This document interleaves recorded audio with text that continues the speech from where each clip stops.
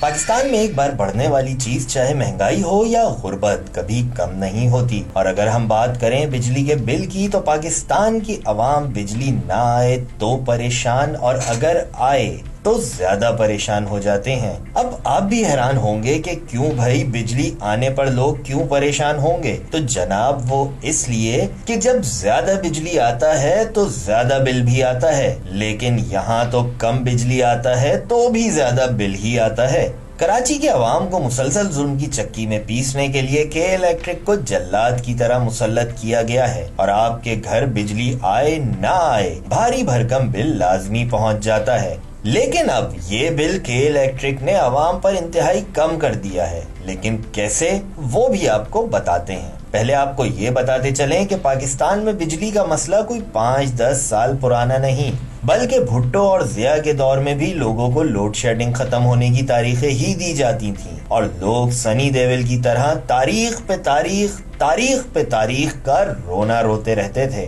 لیکن سیاست دانوں کا وہ وعدہ ہی کیا جو وفا ہو جائے۔ گزشتہ مہینوں میں عوام کو بجلی کے بلوں میں فیول ایڈجسٹمنٹ کے نام پر بجلی کے بغیر ہی جھٹکے دیے گئے،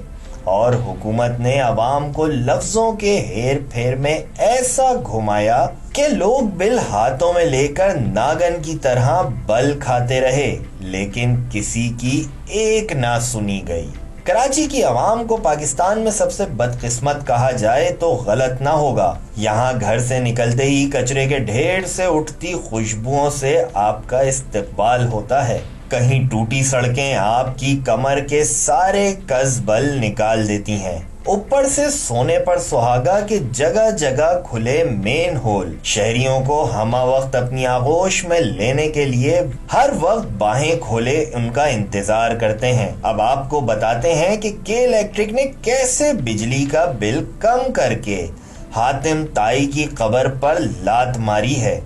تو جان لیجئے کہ جیسا آپ سوچ رہے ہیں ویسا ہرگز نہیں، بلکہ کے الیکٹرک نے کاغذ بچانے کے لیے بجلی کے بل کا سائز کم کر دیا ہے۔